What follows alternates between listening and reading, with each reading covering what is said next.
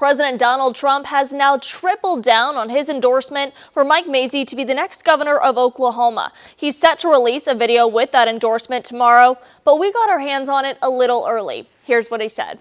A very big hello to Oklahoma, a state that I won big. In fact, 77 out of 77 counties, or whatever you happen to call them, but it was 77 out of 77.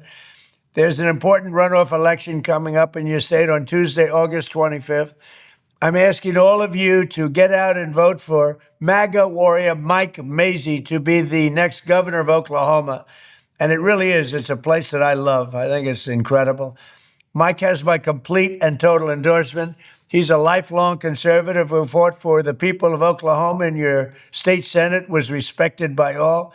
And he was your very successful budget secretary, protecting your taxpayer dollars at all costs.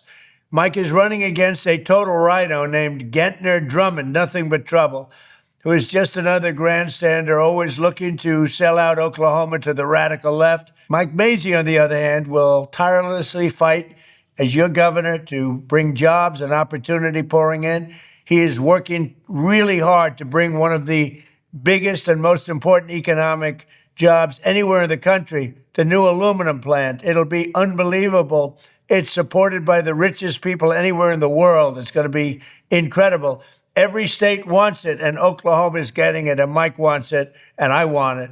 He's going to defend Oklahoma's incredible farmers and ranchers, stand up for your amazing oil and gas workers, and protect your Second Amendment. So get out and vote for Mike Mazzei for governor on August 25th. He will do a fantastic job. Thank you. We are joined now with our political analyst, Scott Mitchell. Scott, thanks so much for being here. Good to be here, as always. So tell us, what does this endorsement mean? It's a great question. I'm not really sure. All right, but let's talk about what the options are. Number one, most people thought that the Mazzei endorsement by President Trump in the primary would have him way out in front. Right. It didn't happen. It wasn't much, but he still came in second. Right. Number two, so it helped. I mean, Charles McCall wasn't, or some of the others, Chip McKinney, were not in the runoff. Right. Had they gotten the endorsement of President Trump, they would have been in the runoff, okay? Right. So that's number one. So number two, now we're in an entirely different sort of arena. And it's still pretty early. I don't think anybody's even talking about the runoff. So number one, I'm not sure how good it is in terms of the timing. To me, it's a little early to pop this out there. But let's just say the White House, they know what they're doing, okay? They do that. Number two, it appears to me to be a signal that we've got to make sure that we get our voters to the polls. Mm-hmm. This is not about who's for whom. I don't know who's ahead in the polls. And you know what? It doesn't really matter. Right. It really doesn't. Right. What matters is those people who showed up to vote for the two candidates show back up in August. It looks to me like trying to boost the base, to get the base enthused, and maybe this happens now and they can poll and see just exactly where they're at in a couple of weeks. But it does seem as if it's, reminding people he's for Mike Mazzei. Right. But my goodness, it's a really long time to remember that. Right.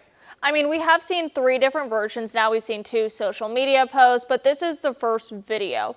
Let's just unpack the video. What did you make of the video as a whole? Well, you were in Louisiana for a while. There were parishes down there. Now there's something or others up here. I get a kick out of sometimes the president's terminology. Yep.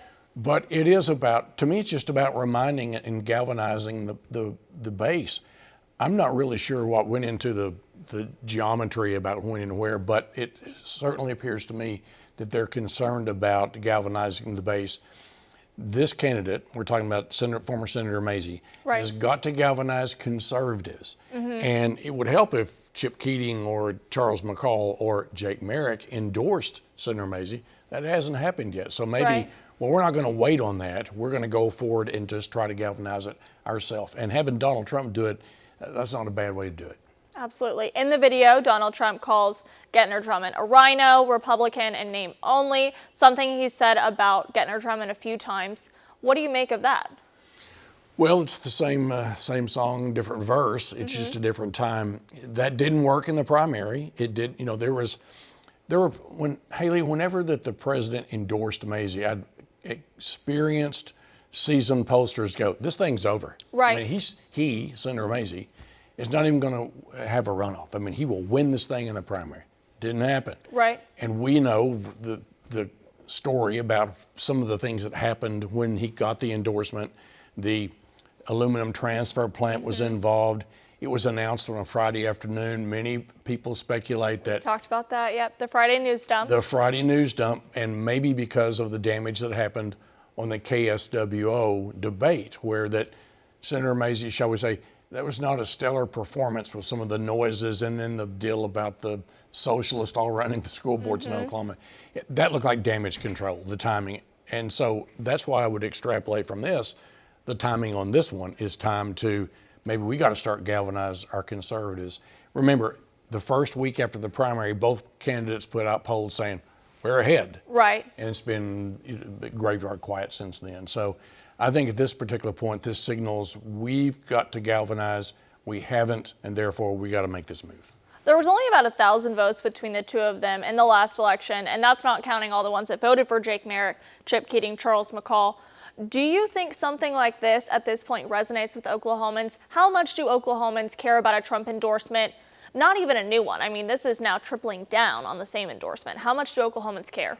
They do. They care a lot. That sounds like a movie title. But nonetheless, they do care. But it's, again, I go back, I sound like a broken record on this. Even these folks that are for Senator Mazzei and who tend to be Trump loyalists have got to be motivated enough to go out. And right. If they think that, for example, that he's not going to win, he's Senator Mazzei, you know, when you start depressing your base, that's bad news.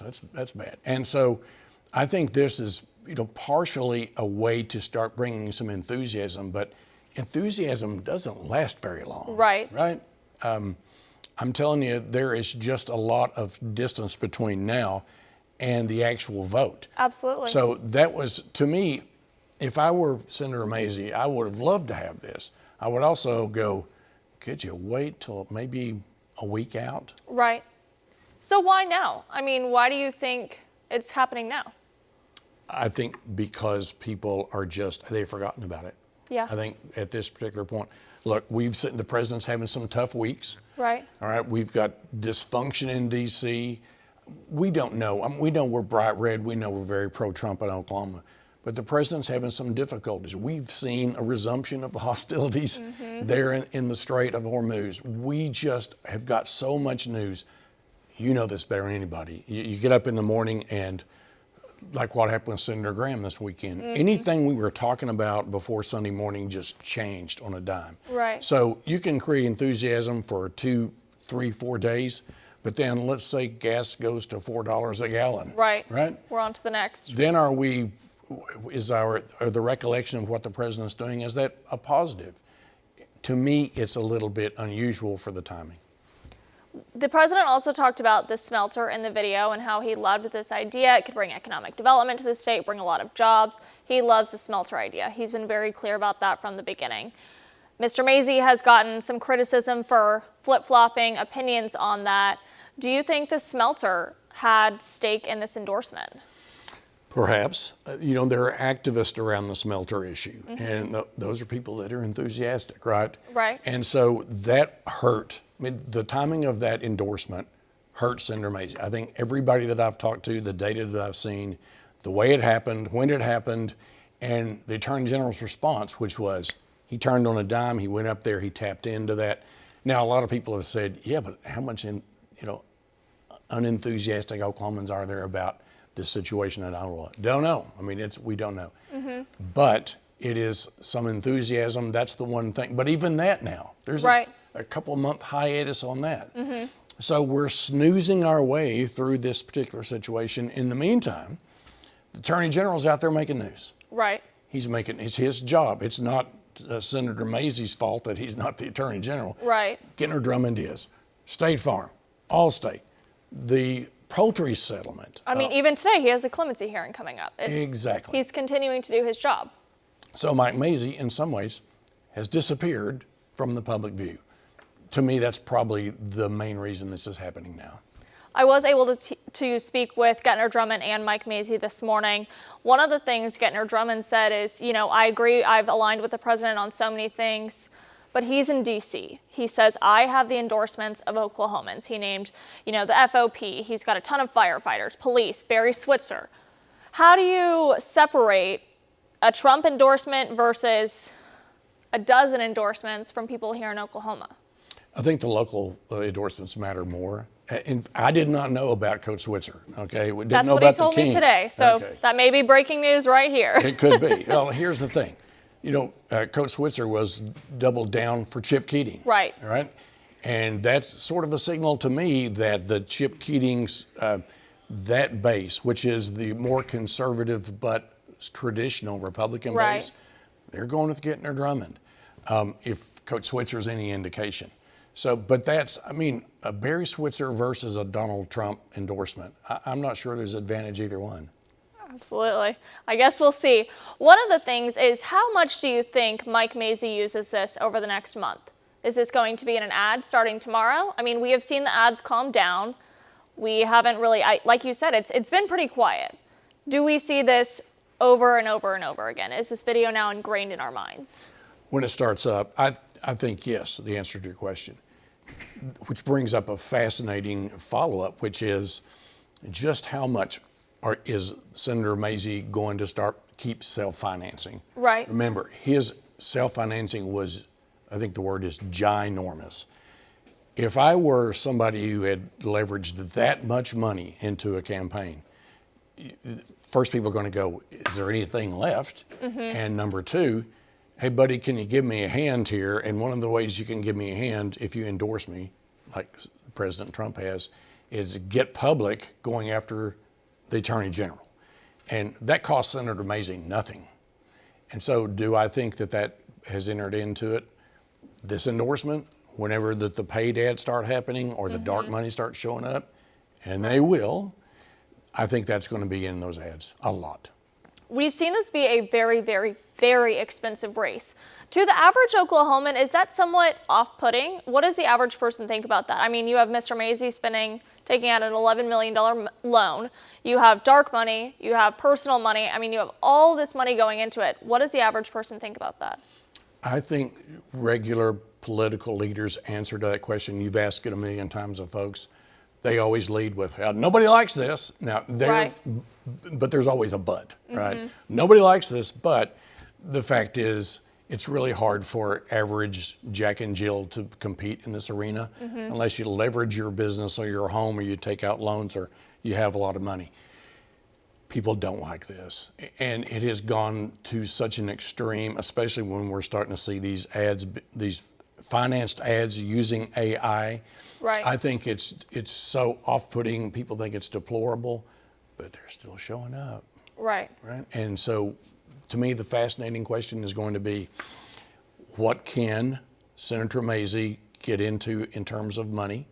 Remember, the Attorney General, from the information we have, was maybe, except for Jake Merrick, was the candidate who raised more money the traditional way. And he apparently, from the data I've seen, was put in less of his personal money than Keating and Mazzei and McCall. So it's fascinating. Your question's fascinating, is what will happen with this? The question is, who can fund it? And that is going to be a great question. With the way the Attorney General and Senator Mazzei are dropping by to see you, you can probably get that question in soon. I'll be sure to ask them next time I see them.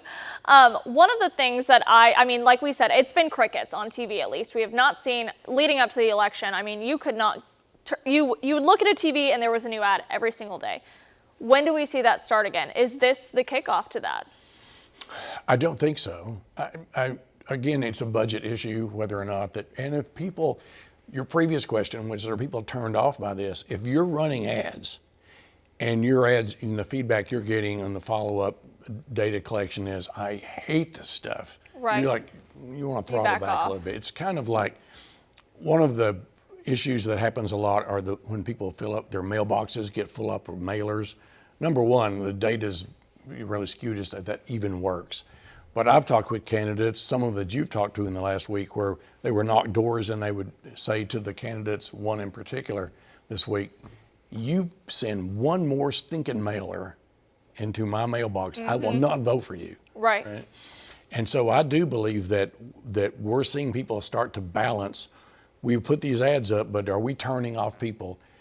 I think the data shows that the negativity does make people stay home. And right now, to do anything that makes anybody stay home is like shooting your own foot off, right? So there's a delicate balancing act. I do not think this is the start. Last thing I want to touch on is, in such a tight race, I mean 1,000 votes between the two of them, what makes or breaks this election? Of the people that voted in the primary, how many can we get to come back? This goes back to Teddy Roosevelt. You have to turn your people out. Again, I sound like that broken record, but if I'm these campaigns, and it's advanced a lot since I ran a campaign, which was back before electricity, but here's the thing. You're just focusing on turnout. You just don't care about spending any money to try to talk somebody into being for you. You already know who they are. You've got to get them to show up. And that is what every waking moment is about, voter turnout. And to turn voters out, you got to make them enthusiastic. And maybe a Trump video does it, or maybe somebody standing up and saying, hey, I won 3 national championships in the Super Bowl, right? If that enthuses your voter base better than Donald Trump, you're going to lean into that. Absolutely. All right, well, we'll see what let's see, we've got about a month. We'll see what the month holds for us. Scott, thanks so much for being with us today. My pleasure.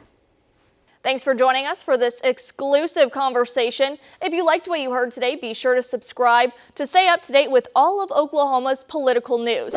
You can hit the notification bell to stay up to date with any new content we provide.